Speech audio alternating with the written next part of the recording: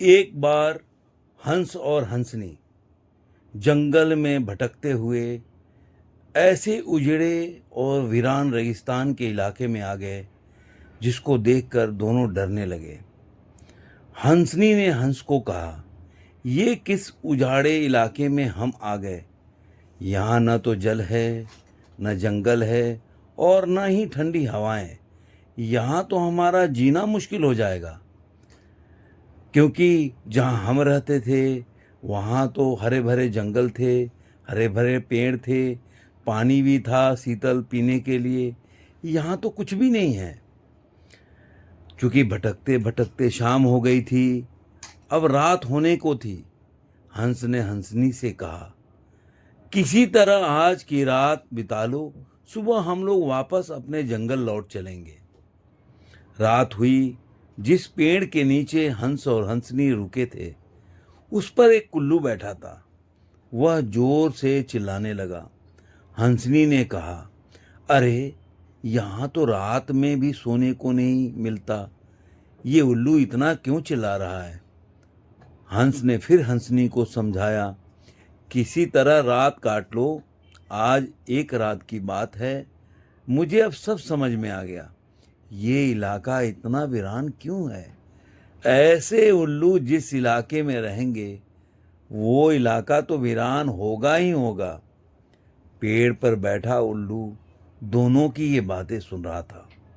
सुबह हुई, उल्लू नीचे आया और उसने कहा, हंस भाई, मेरी वजह से आपको रात में काफ़ी तकलीफ हुई, मुझे माफ़ कर दो।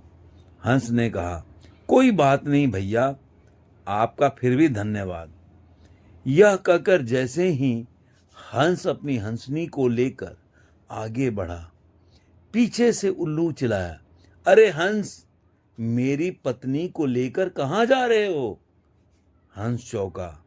उसने कहा, आपकी पत्नी? अरे भाई, ये हंसनी है, मेरी पत्नी है, मेरे साथ आई थी और तो मेरे साथ ही जाएगी। कभी हंसनी उल्लू की पत्नी हो सकती है? उल्लू ने कहा, खामोश रहो, ये मेरी पत्नी है। दोनों के बीच विवाद बढ़ गया। पूरे इलाके के लोग एकत्र हो गए। कई गांवों की जनता बैठी, पंचायत बुलाई गई, पंच लोग भी आ गए। बोले, भाई किस बात का विवाद है? लोगों ने बताया, उल्लू कह रहा है कि हंसनी उसकी पत्नी है और हंस कह रहा है हंसनी उसकी पत्नी है। लंबी बैठक और पंचायत के बाद पंच लोग एक किनारे गए और आपस में उन्होंने बात बताई कि हंसनी हंस की ही पत्नी है, लेकिन ये हंस और हंसनी तो अभी थोड़ी देर में इस गांव से चले जाएंगे। हमारे बीच तो उल्लू ही रहेगा, इसलिए हमें उल्लू के हक में ही फैसला सुनाना चाहिए। फिर पंचों ने अपना फैसला सुनाया और कहा कि सारे तथ्यों और सबूतों की जांच करने के बाद यह पंचायत इस नतीजे पर पहुंची है कि हंसनी उल्लू की ही पत्नी है और हंस को तत्काल गांव छोड़ने का हुक्म दिया जाता है। यह सुनते ही हंस हैरान हो गया, रोने और चीखने लगा कि पंचायत ने गलत फैसला सुनाया। उल्लू ने मेरी पत्नी ले ली। जब रोते चीखते वह जाने लगा तो उल्लू ने पीछे से आवाज लगाई, अरे हंस भाई, एक बार रुको तो सही। हंस ने रोते हुए कहा, भैया अब क्या करोगे? मेरी पत्नी तो तुमने ले ही ली, अब क्या मेरी जान लोगे?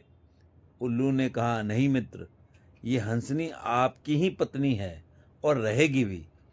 लेकिन कल रात जब मैं चिल्ला रहा था तो आपने अपनी पत्नी से कहा कि यह इलाका उजड़ा और वीरान इसलिए है क्योंकि यहाँ उल्लू रहता है। ये मित्र, इलाका उजड़ा और वीरान इसलिए नहीं है कि यहाँ उल्लू रहता है। यह इलाका उजड़ा और वीरान इसलिए है क्योंकि यहाँ पर ऐसे पंच रहते हैं जो उल्लुओं के हक में फैसला सुनाते हैं। दोस्तों, इस कहानी से आपको क्या सीख मिलती है? क्योंकि हर कहानी एक सीख दे के जाती है, जिसको लर्निंग भी इंग्लिश में बोलते हैं। वो ये देती है कि कोई भी इंस्टीट्यूशन हो, कोई भी पार्टी हो, कोई भी जगह हो, जब भी आपको मौका मिले कि आप किसी की नियुक्ति कर रहे हैं या अपॉइंट कर रहे हैं, तो आप उसकी योग्यता को देखें। आप ये न मत देखें कि वो हमारे स्थान से आता है या हमारा जानने वाला है। अगर हम ऐसा निर्णय लेंगे तो एक योग्य व्यक्ति एक योग्य पद पे बैठेगा और वो समाज के साथ साथ आपका भी विकास करेगा और आपके नाम को आगे बढ़ाएगा। उम्मीद करता हूँ दोस्तों, ये कहानी आप लोगों को बहुत अच्छी लगी होगी। हर कहानी एक सीख दे के जाती है, ये कहानी भी एक सीख दे के जाएगी।